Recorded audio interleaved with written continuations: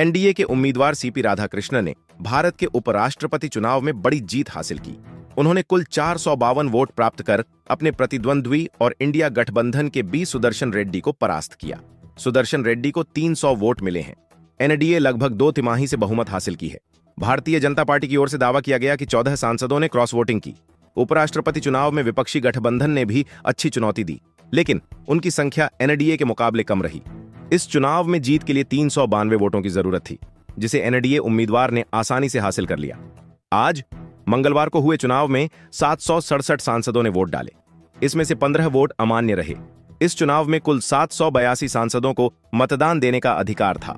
14 vote विपक्षी दलों से मिले एनडीए के लिए बड़ी कामयाबी है, क्योंकि 15 वोट अमान्य हो गए और 14 वोट विपक्षी दलों से एनडीए को मिलने से विपक्ष को घाटा हो गया। एनडीए के पास अपने सांसदों के आंकड़े के साथ साथ कुछ क्रॉस वोटिंग का लाभ भी मिला। एनडीए की कुल संख्या 427 थी।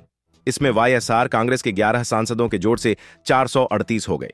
इसके अलावा 14 अतिरिक्त वोट क्रॉस वोटिंग के जरिए सीपी राधाकृष्णन के खाते में गए। इस चुनाव में 15 वोट अमान्य पाए गए, यानी कुल वोटों का लगभग 2% हिस्सा। यह बताता है कि सांसदों को मतदान प्रक्रिया में गलती करने या जानबूझकर इनवैलिड वोट देने की संभावना रही। विशेषज्ञों का कहना है कि आगे ऐसे चुनावों में सांसदों को सही तरीके से वोटिंग करने की लंबी ट्रेनिंग की आवश्यकता होगी, ताकि इनवैलिड वोटों की संख्या कम हो।